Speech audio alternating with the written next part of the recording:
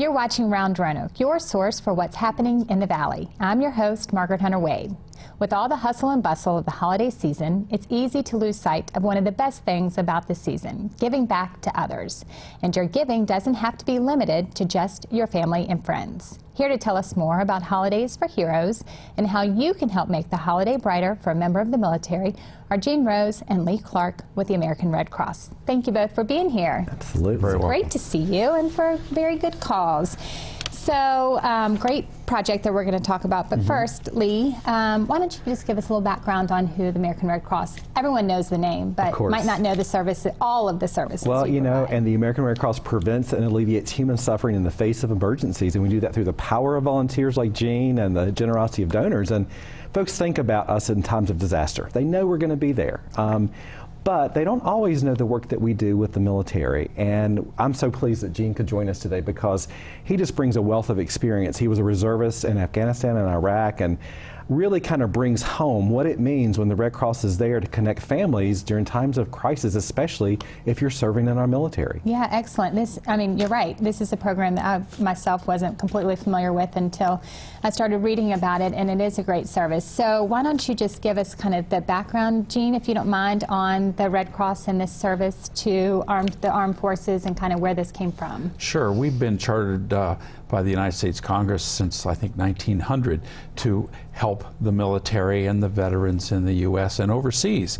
And one of the things that we do is have offices at American bases overseas in Germany and Korea and Japan and in the war zones wherever they happen to be. Okay. And that's where I was sent in 2009 for about 4.5 months.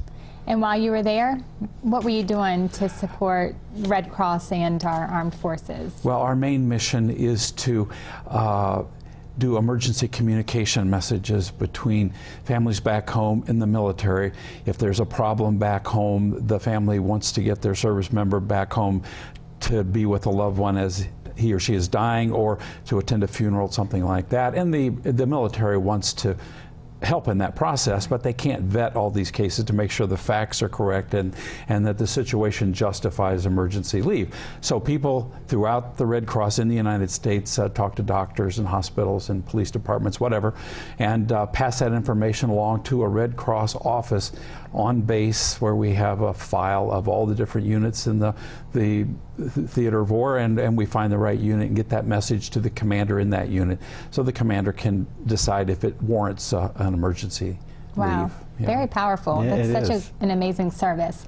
And you also do some things while you're there to bring some comforts of home, because that's not something that's always provided, is my understanding. So tell us a little bit about that. Most of our offices overseas have a lounge with a TV where soldiers can come in and watch a movie or watch some television, armed forces television, get something to snack on or whatever. So they like having an opportunity to get away from all things military sometimes and just escape a little bit, and our office provides that. We also do other things besides emergency communications, including making hospital visits where we take toiletries and telephone calling cards to our service members who are not severely injured in the hospitals. And we break down these packages that we get from the states where people have contributed these items like we're talking about today. We break them down into smaller packages and send them out to the forward operating bases where they are really needed and appreciated. So that's a great segue. So how can people help? What can they do, especially this time of year when they're maybe looking to help somebody else? Well, you know, that's one of the things, easiest things you can do, because you can pick up some toiletry items. They could be large, they could be small. Everything helps. Bring them to our office here in Roanoke. We're at 352 Church Avenue, downtown Roanoke near the Kirk Family Y, and just drop them off there at our front desk. We're going to package those things together. We're going to get them overseas or to our VA hospital here. We have a program here on a daily basis where we're out in the hospital meeting with veterans who are hospitalized here. And so every gift's going to help. And so folks can either bring an item by or they can bring a check by to make sure that we're there. And so this is something that we look to push for at the holidays, but it's also something that you're taking care of and collecting year-round. It is. You know, people are so generous during the holidays, but Margaret Hunter, you know, it's something we need year-round. It's ongoing work that no matter what time of the year it is, we need it, and the Red Cross is there to help our active service members and our veterans. Yes. Great. And so for folks who want to get more information about Holiday for Heroes, where can they go to get that information? Well, there's a couple places. They can certainly go to our website. They can also call us. Our local number is 540-985-3540, and they can reach us there, and we can provide more information. Excellent. Well, I really appreciate it. Appreciate all that you've done, Gene, in your welcome. volunteer capacity, and of course the continued work of the American Red Cross. You all certainly are providing an excellent service for those in need, so thank you. You're welcome.